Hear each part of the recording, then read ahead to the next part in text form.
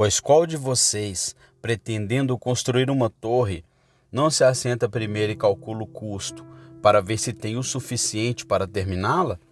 Para que depois de lançar os alicerces e não conseguir terminá-la, tudo isso, eis que começou a zombar dele, dizendo: este homem começou a construir e não conseguiu terminar. Lucas, capítulo 14, versículo do 28 ao 30. Esta passagem é peculiar a Lucas. Ele nos diz que no momento em que o nosso Senhor o pronunciou, grandes multidões o seguiram. É observável que quando nosso Senhor foi abandonado pela multidão, ele não ficou deprimido. E quando seu ministério se tornou popular, ele não ficou exultante. Ele estava calmo e sábio em meio à excitação das multidões. Esta passagem é evidência suficiente desse fato. Nesta ocasião, nosso Senhor falou com o objetivo de peneirar o grande monte de discipulado nominal que estava diante dele, para que a palha pudesse ser afastada e apenas o precioso milho permanecesse. O discurso diante de nós nos lembra do processo de Gideão de diminuir aquela multidão vasta, sobre o qual o Senhor disse: o povo é demais para mim. Depois de ordenar que os tímidos fossem embora, ele em seguida desceu os milhares restantes até o rio e ordenou-lhes que bebessem. E então ele só guardou para si aqueles que lambiam de uma maneira peculiar, o que indicava seu zelo, sua velocidade, sua energia e sua experiência.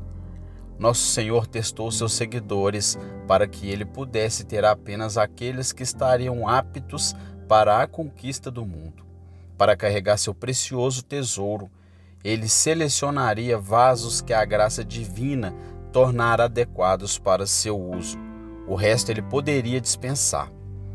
Nosso Senhor Jesus era sábio demais para se orgulhar do número de seus convertidos. Ele se preocupava mais com a qualidade do que com a quantidade.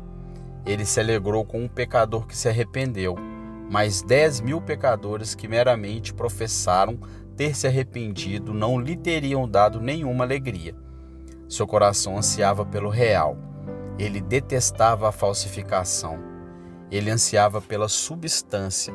A sombra não poderia satisfazê-lo. Seu leque estava em sua mão para limpar completamente seu chão, e seu machado foi posto à raiz das árvores para cortar os infrutíferos.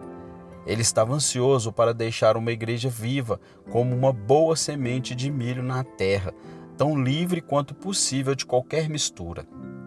Portanto, neste caso específico, alguém poderia até pensar que ele estava repelindo os homens em vez de atraí-los para a sua liderança. Mas, na verdade, ele não estava fazendo nada disso. Ele entendeu muito bem que os homens, para serem verdadeiramente conquistados, devem ser conquistados pela verdade, que o amor mais verdadeiro é sempre honesto e que o melhor discípulo não é aquele que se junta às pressas à classe do grande mestre e depois descobre que o aprendizado não é o que ele esperava, mas aquele que suspira atrás do conhecimento que o professor está preparando para dar. Além disso, nosso Senhor sabia que às vezes podemos esquecer que não há tristeza no mundo para o obreiro piedoso como aquele que resulta de esperanças frustradas. Quando aqueles que disserem: Senhor, eu te seguirei onde quer que você vá, voltarem para os seus maus caminhos, quando o hálito quente que gritava: Hosana, se transforma no grito cruel e de sangue frio: crucificam, crucificam. Nada é mais prejudicial para uma igreja do que uma grande diluição com membros indiferentes. E nada é mais perigoso para as próprias pessoas do que permitir que elas exerçam uma profissão falsa. Portanto, o mestre tomou muito cuidado no momento em que esse cuidado era mais necessário, para que ninguém o seguisse sob equívoco, mas deveria ser plenamente consciente do que significava ser seus discípulos, para que não dissessem depois: nós fomos enganados para um serviço que nos decepciona. Ao contrário do sargento alistador, que expõe todas as glórias do serviço militar em cores brilhantes para conseguir um recruta. O grande capitão da salvação deseja que os seus seguidores levem todas as coisas em consideração antes de se unirem a ele. Esta manhã, nosso texto pode ser igualmente adequado, e sua advertência pode ser tão necessária e tão salutar como quando o Mestre o pronunciou pela primeira vez, pois grandes multidões estão agora seguindo a Cristo. Um avivamento veio e agitou a massa de vocês. Entre os futuros discípulos, bendito seja Deus. Estão muitos a quem o próprio Senhor chamou, por cada um dos quais damos os mais sinceros agradecimentos, mas com eles necessariamente, pois quando foi diferente? Há outros que não são chamados por Deus de forma alguma, são movidos pelo impulso natural de imitar os outros e movidos por sentimentos que não são menos fugazes, porque agora são intensos. E, portanto, em nome de Cristo, cabe a nós dirigir-nos a vocês, assim como ele o fez, e avisá-los em suas próprias palavras. Se alguém vier a mim e não odiar seu pai, e mãe, e mulher, e filhos, e irmão, e irmãs, sim, e também a sua própria vida, ele não pode ser meu discípulo. E quem não leva a sua cruz e não vier após mim, não pode ser meu discípulo. Pois qual de vocês, pretendendo construir uma torre, não se assenta primeiro e calcula o custo, se ele tem o suficiente para terminá-lo? Para que depois de ter lançado os alicerces e não seja capaz de terminá-lo, todos os que o contemplam começam a zombar dele, dizendo: este homem começou a construir e não foi capaz de terminar. Para auxiliar nossas memórias, dividiremos nossa meditação em 3 partes. A primeira será dirigida desta maneira: a verdadeira religião é algo caro. O segundo terá este lema: a sabedoria sugere que antes de iniciarmos o assunto, devemos estimar o custo. E o terceiro terá esta inscrição: custe o que custar, vale o que custa.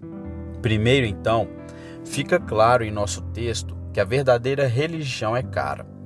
Longe de nós criarmos aqui qualquer confusão de pensamento. Os dons da graça de Deus não nos custam nada. Nem a sua salvação poderia ser comparada com dinheiro, nem com mérito, nem por votos e penitências. Se um homem desse todos os bens de sua casa por amor, ela seria totalmente condenada. O lema do Evangelho é: sem dinheiro e sem preço, somos justificados gratuitamente pela sua graça, pela redenção que há em Cristo Jesus. No entanto, apesar de tudo isso, se um homem for cristão, isso lhe custará alguma coisa. Considere um momento. Aqui está um cego sentado à beira do caminho, mendigando. Ele pede para abrir os olhos. Isso lhe custará alguma coisa? Não. O Salvador não aceitaria todo o ouro do mundo pela cura.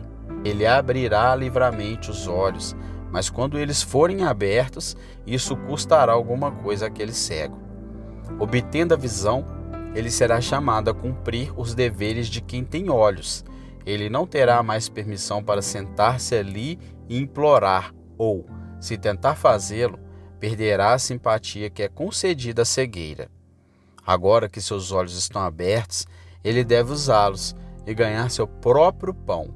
Isso lhe custará alguma coisa, pois agora ele terá consciência da escuridão da noite, da qual nada sabia antes, e as cenas tristes que agora ele deve contemplar e que nunca o entristeceram antes, pois muitas vezes o que os olhos não vê, o coração não sabe. Um homem não pode adquirir uma faculdade, exceto com algum custo. Aquele que aumenta o conhecimento ou os meios de obtê-lo, aumenta tanto a tristeza quanto o dever. Veja outro caso. Um homem pobre é subitamente feito príncipe. Isso lhe custará o abandono de suas antigas maneiras e o envolverá em novos deveres e cuidados. Um homem está no caminho para o céu como um peregrino. Ele paga alguma coisa para entrar pelo portão? Ele não. A graça livre o admite no caminho sagrado, mas quando esse homem for colocado no caminho para o céu, isso lhe custará alguma coisa. Vai custar-lhe muito esforço bater no portão e suor para subir a dificuldade da colina. Custar-lhe-á lágrimas encontrar novamente o seu rolo depois de o ter perdido na árvore da facilidade. Lhe custará muito cuidado descer o vale da humilhação. Isso lhe custará resistência até o sangue, quando ele ficar frente a frente com Apolion em conflito. Isso lhe custará muitos medos quando tiver que atravessar o vale da sombra da morte. Isso pode lhe custar a vida quando ele for a Vanity Fair, se, como Fantifal, ele for chamado para prestar testemunho na fogueira. A verdadeira religião é um dom de Deus e não há nada que possamos fazer para adquiri-la. Mas, ao mesmo tempo, se a recebermos, certas consequências advirão dela e devemos considerar se seremos capazes de suportá-las. Você pode ter certeza de que o custo deve ser alto, pois nosso Senhor a compara à construção de uma torre.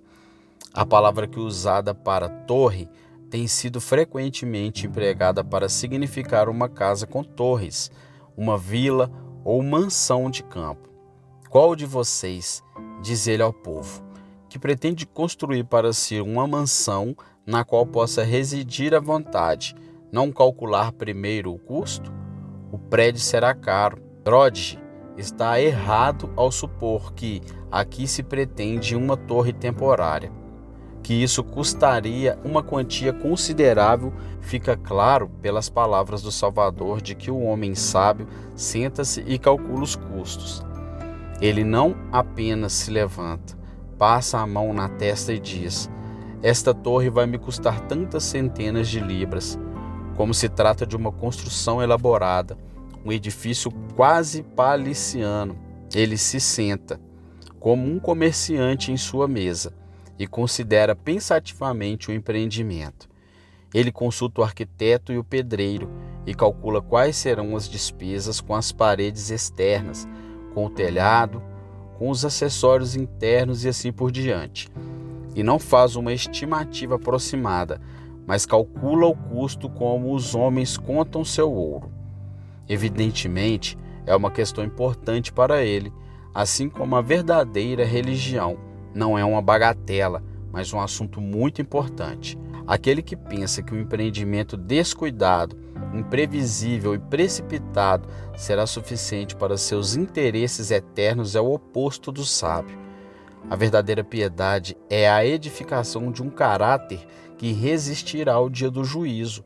Começa com o estabelecimento profundo dos alicerces da fé, do amor e de um coração renovado. É realizado colocando paciente e cuidadosamente, e muitas vezes dolorosamente, pedra sobre pedra, os materiais do belo edifício, acrescentando diligentemente a vossa fé coragem, e a coragem conhecimento, e o conhecimento temperança, e a temperança paciência, e a paciência piedade, e a piedade a bondade fraternal, e a bondade fraternal a caridade. O trabalho de nossa vida consiste em edificar-nos em nossa santíssima fé. Você não vê que é um palácio glorioso ao qual o caráter cristão é comparado? Mas, para que não pensemos que a despesa é pequena, nosso Senhor a compara a uma guerra. Ele fala do número de soldados envolvidos naquela guerra, mostrando que não se trata de uma escaramuça mesquinha entre duas tribos insignificantes. Ele compara isso a uma guerra em que, de um lado, há uma formação de 10.000 homens e do outro uma multidão de 20.000. Agora, a guerra é sempre um trabalho caro. Além de custo de apetrechos e munições, há o custo de vidas humanas e de sangue. Há a remoção de armas fortes do trabalho em casa e os riscos mais terríveis de derrota, cativeiro e devastação. O Senhor compara a religião, então, em seus aspectos externos. Há uma batalha entre o homem gracioso e os males desenfreados no mundo exterior. O discípulo de Jesus tem que se defender contra um inimigo gigantesco e tem dentro de si um poder que, no qual lhe diz respeito, não é suficiente para a disputa. As probabilidades são terríveis, 10.000 contra 20.000.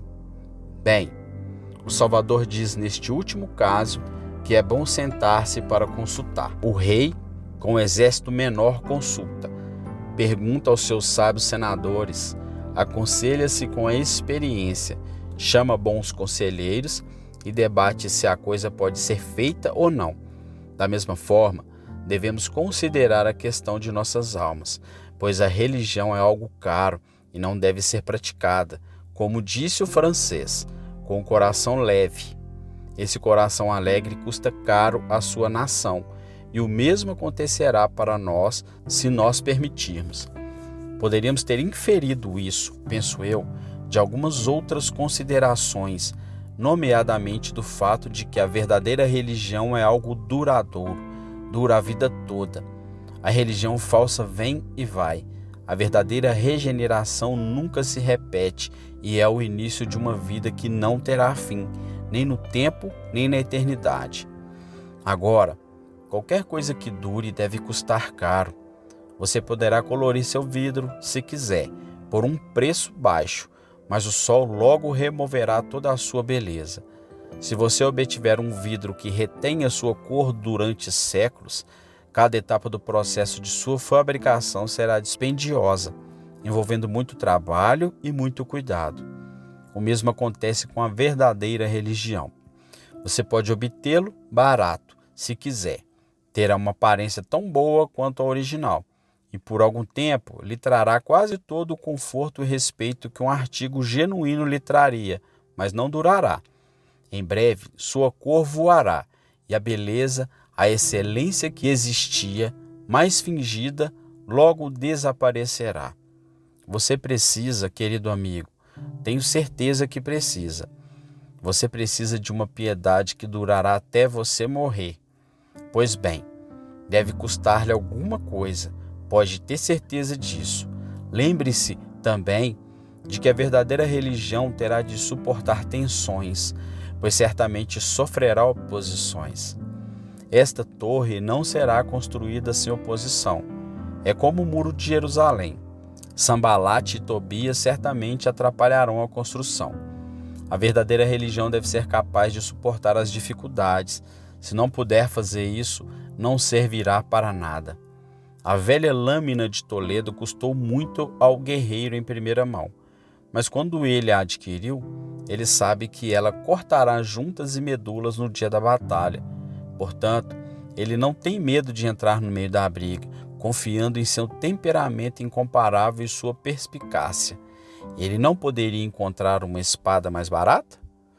Acho que ele poderia tê-lo encontrado com bastante facilidade e com um pequeno gasto de ouro. Mas então, no momento em que sua espada atingisse o elmo do inimigo, em vez de cortar o crânio, ela quebraria na mão do guerreiro e lhe custaria a vida dele. Essa é a religião barata que tantos adotam. Não há abnegação nisso. Não há abandono das diversões carnais. Eles são exatamente iguais ao mundo. Sua religião não lhes custa nada. E, finalmente, quando precisarem dela, ela lhes falhará. Ela quebrará como uma espada mal feita no dia da batalha e os deixará indefesos. Se você quer aquilo que irá resistir ao conflito, você deve pagar um custo por isso. Jesus Cristo sabia que as pessoas a quem ele falava não seriam capazes de suportar as provas que aguardavam seus discípulos. Eles não sabiam que ele seria crucificado, pois naquele momento ele era popular e esperavam que ele fosse o rei de Israel. Mas o Salvador sabia que viriam dias sombrios e que o rei dos judeus seria enforcado numa árvore e seus discípulos, mesmo os seus verdadeiros, o abandonariam naquele momento e fugiriam. E, portanto, ele de fato disse-lhes: vocês devem estar preparados para carregar a cruz. Vocês devem estar preparados para me seguir em meio ao escárnio, vergonha e reprovação. E se vocês não estão prontos para isso, seu discipulado é um erro. No caso deles, não resistiu ao teste. Essas pessoas não estavam em lugar nenhum quando chegou o momento da provação. E lembrem-se, queridos amigos, insisto com grande ênfase neste ponto. Precisamos de uma religião que cumpra as inspeções do grande juiz no último dia. Há coisas no mundo que durarão por um tempo, mas se forem observadas de perto, e especialmente se forem colocadas sob um microscópio, veremos que tem muitas falhas. Nenhum exame microscópio pode, por um momento, ser comparado com o olhar de Jeová. Ele nos lerá de ponta a ponta. Oh, que definhamento haverá para belas profissões no dia em que seus olhos de fogo os contemplarem. A grama seca sob o vento quente e seco, com a metade da rapidez com que as belas planícies do pretenso cristianismo murcharão sob o olhar divino no último tremendo dia. Ele olhará para o que os homens chamam de cristandade, e ela quase se não desaparecerá completamente, pois, quando o Filho do Homem vier, encontrará fé na terra? Não será então evidentemente verdade que muitos são chamados, mas poucos são escolhidos? Esforçai-vos por entrar pela porta estreita. Ainda é a voz de Cristo para todos nós, pois muitos procurarão entrar, mas não conseguirão. Se a nossa religião deve ser pesada na balança e pode, talvez, ser considerada deficiente, é bom que cuidemos disso e saibamos que ela deve ser sincera, genuína e cara, se quisermos passar por essa aprovação. Qual é então a despesa? Qual é o custo de construir esta torre ou de travar esta guerra? A resposta é dada pelo nosso Salvador, não por mim. Eu não deveria ter ousado inventar os testes que ele ordenou. Cabe a mim ser o eco da sua voz e nada mais. O que ele diz? Ora, primeiro, que se você deseja ser dele e ter sua salvação, você deve amá-lo além de qualquer outra pessoa neste mundo. Não é esse o significado dessa expressão. Se alguém vier a mim e não odiar seu pai e sua mãe? Queridos nomes, pai e mãe. Vive ali um homem com a alma tão morta que consegue pronunciar qualquer uma dessas palavras sem emoção, e especialmente a última, mãe. Irmãos e irmãs, este é um nome querido e terno para nós. Toca uma corda que emociona nosso ser. No entanto, muito mais poderoso é o nome do Salvador, o nome de Jesus. Pai e mãe devem ser menos amados que Jesus Cristo. O Senhor exige precedência também da esposa mais amada. Aqui ele toca outro conjunto de cordas do coração. Querida é essa palavra, esposa, companheira do nosso ser, conforto da nossa tristeza, deleite dos nossos olhos, esposa. Contudo, esposa, você não deve ocupar o lugar principal. Você deve sentar-se aos pés de Jesus, ou então você será um ídolo, e Jesus não permitirá a sua rivalidade. E os filhos, os queridos bebês que se aninham em seu peito, sobem em seus joelhos e pronunciam o seu nome com acentos musicais. Eles não devem ser nosso amor principal. Eles não devem se interpor entre nós e o Salvador, nem por causa deles, para lhes dar prazer ou para promover suas vantagens mundanas. Devemos entristecer nosso Senhor. Muitos filhos são senhores de seu pai. Muitas filhas foram amantes da mãe. Mas se for para o mal, isso deve acabar imediatamente. E, se eles nos tentam para o mal, devem ser tratados como se os odiássemos. Sim, o mal que há neles deve ser odiado por amor de Cristo. Se vocês são discípulos de Cristo, seu Senhor deve estar em primeiro lugar. E então mãe, pai, esposa, filhos, irmãos e irmãs os seguirão na devida posição e ordem. Receio que muitos professores não estejam preparados para isso. Eles seriam cristãos se sua família aprovasse, mas deveriam consultar seu irmão, pai ou esposa. Eles se posicionariam contra os prazeres mundanos se outros o fizessem, mas não suportam parecer singulares ou opor-se às opiniões dos parentes. Eles dizem: meu pai deseja isso, e não me atrevo a dizer a ele que isso é errado. Minha mãe diz que não devemos ser muito rígidos e, portanto, Embora minha consciência me diga que isso é errado, ainda assim farei isso. Ou então dizem: minhas meninas estão crescendo e precisam se divertir. Meus meninos devem ter permissão para desfrutar de seus prazeres e, portanto, devem ignorar seus pecados. Ah, meus irmãos e irmãs, isso não deve acontecer se vocês são de fato discípulos de Cristo. Você deve deixar todos eles de lado. O mais querido deve ir antes de abandonar Jesus. Ele não diz nos Salmos: ouve, ó filha, e considere, e incline os teus ouvidos. Esquece também o teu próprio povo e a casa de teu pai. Assim o rei desejará grandemente a tua beleza, porque ele é teu Senhor e adora você. Observe, você provará melhor seu amor aos seus parentes se decidir pelo que é certo, pois terá mais chance de conquistar suas almas. Ame-os demais para permitir-lhes o que há de errado. Ame-os tão verdadeiramente que você odeia aquilo que neles poderia prejudicá-lo e arruiná-los. Você deve estar preparado para sofrer com aqueles que estão ligados a você pelos laços mais queridos. O pecado não deve ser tolerado. Aconteça o que acontecer, não podemos ceder no ponto do pecado.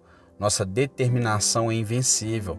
Venha o ódio ou venha o amor, devemos seguir a Cristo. O próximo item de custo é este: o eu deve ser odiado. Receio que haja alguns que preferiram odiar o pai ou a esposa do que odiar a própria vida. No entanto, esse é o comando. Significa isto: quando o meu próprio prazer, ou o meu próprio ganho, ou minha própria reputação, ou mesmo a minha própria vida atrapalhar a glória de Cristo. Sou muito pequeno para prestar contas de mim mesmo, que devo até me odiar se eu ficar no caminho de Cristo. Devo considerar pai, mãe, irmão, irmã e também a mim mesmo como inimigos, na medida em que se opõem ao Senhor Jesus e à sua santa vontade. Devo amá-los e desejar o seu bem, assim como desejo o bem para mim mesmo, mas não devo desejar nenhum bem para eles ou para mim mesmo ao custo de pecar e roubar a glória do Senhor Jesus. Quanto a mim, se vejo algo em mim que se opõe a Jesus, devo eliminá-lo. Devo mortificar a carne com suas afeições e concupiscências, negando a mim mesmo tudo e qualquer coisa que possa entristecer o Salvador ou que me impeça de realizar a perfeita conformidade com Ele. A seguir, o Salvador prossegue dizendo que, se quisermos segui-lo, devemos carregar nossa cruz. Quem não leva a sua cruz e não vier após mim, não pode ser meu discípulo. Às vezes, essa cruz vem na forma de confessarmos a nossa fé diante dos opositores. Ah, diz o coração tímido, se eu fizer isso, terei todos os meus amigos contra mim. Tome sua cruz. É uma parte do curso do verdadeiro discipulado. Dificilmente serei capaz de me sustentar em casa se confessar minha religião. Tome a sua cruz, meu irmão. A menos que o faça, você não poderá ser discípulo de Cristo. Bem, mas se isso envolverá uma mudança até na minha vida diária, faça a mudança, meu irmão, ou você não poderá ser discípulo do Senhor. Mas sei que há alguém aqui muito querido que considero provável que seja meu futuro companheiro, e ele me deixará se eu abandonar os caminhos do mundo. Então, por mais pesado que seja a perda, deixe-o ir, minha irmã. Se é que você não consegue seguir a Cristo e se unir a Ele, você deve seguir Jesus ou estará perdido para sempre. Que palavras difíceis são essas? Que detectores da hipocrisia de muitos cristãos professam. Eles alguma vez se separaram do mundo? Não, eles não. Eles aderiram à sua moda enquanto os peixes mortos flutuam com a corrente. Eles têm alguma cruz para carregar? Alguém os censura por serem muito rígidos e muito puritanos?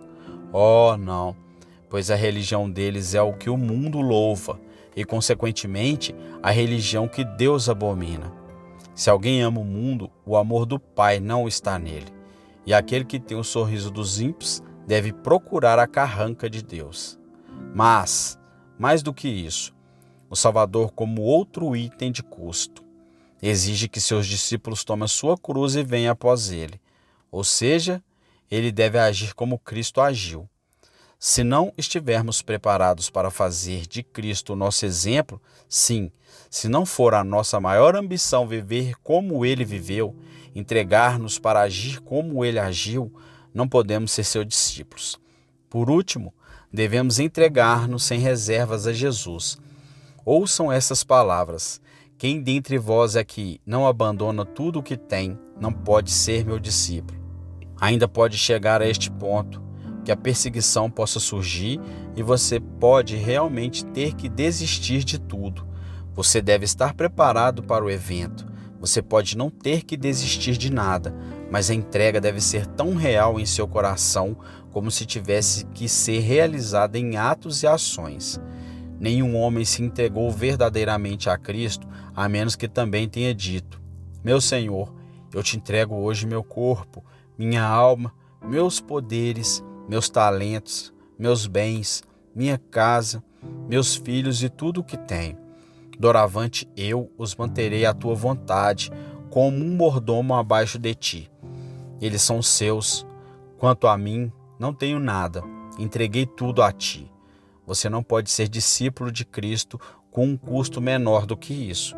Se você possui um centavo que é seu e não do seu mestre, Cristo não é seu mestre. Deve ser tudo dele, cada jota e cada tio. Sua vida também, ou você não pode ser dele.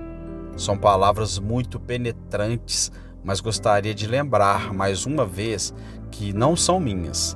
Se ao expô-los errei, entristece-me que assim seja, mas estou convencido de que não errei por demasiada severidade. Confesso que posso ter falado com muita indulgência. As palavras do texto colocam o machado na raiz e vão até o último grau. Ah, conte então o custo. E se algum de vocês adotou uma religião que não lhe custa nada, abandone-a e fuja dela, pois será sua maldição e sua ruína. Existe alguém para chegar ao céu sem esse custo? Mas não poderemos ser cristãos sem esses sacrifícios? Vocês podem ser falsos, podem ser hipócritas, podem ser irmãos e irmãs de Judas, mas não podem ser verdadeiros cristãos. Este custo é inevitável, não pode ser diminuído nem um ácaro solitário. Deus conceda que você possa se submeter a isso. A segunda questão é esta. A sabedoria sugere que devemos contar o custo. Você sente que gostaria de ser cristão? Querido amigo, dê-me sua mão. Estou feliz que você tenha esse desejo, mas quando agarro sua mão e gostaria de atraí-lo com prazer para Cristo, olho-o de frente e digo: você sabe o que deseja? Tem certeza que deseja isso? Há homens deitados em leitos de doença que clamam por ajuda, mas quando se recuperarem e tiverem que sair e lutar contra o mundo, pode chegar o momento em que dirão: eu preferiria estar no leito de doença de novo. Não gostaria que chegasse o momento em que qualquer um de vocês diria: eu me juntei à igreja, mas foi um erro. Não ponderei o assunto corretamente, pois eu não deveria estar onde estou. Se for honesto, você deveria desistir de sua profissão, se for esse o caso. Se você não tem a graça divina, espero que tenha honestidade suficiente para não se atear a uma mentira prática. Eu ficaria triste de fato se isso acontecesse, e portanto esta manhã peço-lhe que conte o custo, pois se você não contar o custo, você não será capaz de cumprir suas resoluções. É um ótimo edifício, é uma grande guerra. Nenhum erro pode ser maior do que a noção de que para ser cristão só é necessário uma certa emoção durante alguns dias e a crença de uma hora decisiva. Se eu pregasse tais doutrinas, estaria enganando suas almas. Fé e arrependimento não são obra de 1 ou 2 semanas, são uma obra para toda a vida. Enquanto o cristão estiver na terra, ele deve se arrepender. E quanto à fé, não significa creio em Jesus e portanto estou salvo, mas é uma graça diária, a confiança de uma vida inteira. O cristão continua ainda a crer e arrepender-se até começar a triunfar na glória eterna. Além disso, A fé produz continuamente resultados santificadores na vida do crente. Caso contrário, ele não possui a fé correta. Aquele que crê em Jesus Cristo é salvo, mas se existisse uma fé temporária, existiria uma salvação temporária.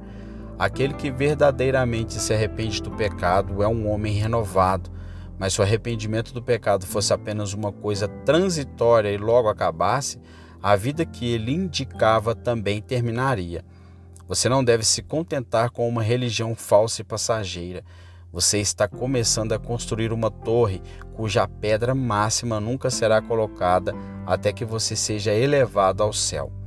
E você está iniciando uma guerra que nunca terminará até que você troque a espada pelo ramo de palmeira. Lembre-se também de que fracassar neste grande empreendimento envolverá uma derrota terrível, pois o que diz nosso Senhor? Ele diz que não conseguir terminar vai te expor ao ridículo.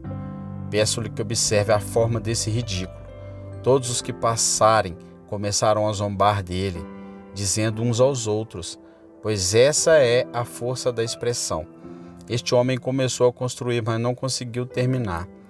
Nosso Senhor não os representa dizendo ao construtor tolo, você começou a construir e não conseguiu terminar, mas falando sobre ele como uma terceira pessoa.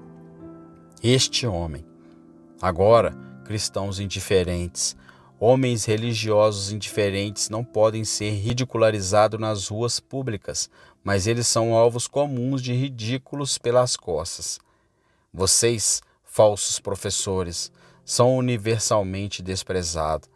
Os mundanos dizem rindo, estes são belos exemplares de membros da igreja. O mundo olha para uma igreja mundana com total desdém e, de minha parte, pouco lamento que tal escárnio seja derramado sobre um objeto que tão bem o merece. Ser um mero pretendente ao discipulado cristão é tornar-se objeto de desprezo neste tempo e na eternidade, e tal será o destino do falso professor. Senhor, se você pretende ser cristão, decida que será a coisa certa, completa decida, pois então, embora os homens não saiam por aí e o elogiem na sua cara, eles o honrarão, e mesmo aqueles que te odeiam saberão o seu valor. Mas se você for apenas meio cristão e não meticuloso, eles podem não vir na sua cara e mostrar seu desprezo, mas ao passarem eles zombarão e terão mais respeito por um mundano sincero do que por você, porque ele é o que diz ser e não tem a pretensão de ser outra coisa. Mas quanto a você, começou a construir e não conseguiu terminar. Que objeto miserável um falso cristão. Às vezes vimos grandes edifícios que foram iniciados e abandonados por pessoas excessivamente especulativas. Os vizinhos chamam de folly de Smith, ou folly de Brown, ou folly de Robson, ou algo semelhante. Essas são apenas causas passageiras de escárnio, mas o pretendente, o homem que aparentemente começou a ser cristão e depois desabou, será apontado até mesmo pelos perdidos no inferno. O bêbado gritará: é você? Você também veio aqui? Você foi tão eloquente sobre a sobriedade e tão pronto para repreender o bebedor? Grita outro. Você é o homem que morava na nossa rua e exibia tanto sua religião. Você me disse que eu era muito perverso, mas você está em melhor situação do que eu? Eis que vejo os abertamente profanos se levantarem de suas torturas de remorso para exclamar: você se tornou como um de nós? Você, membro da igreja, você também está no inferno? O sabor do vinho sacramental ainda está em seu corpo? Lábios? Por que então você exige uma gota de água para refrescar sua língua?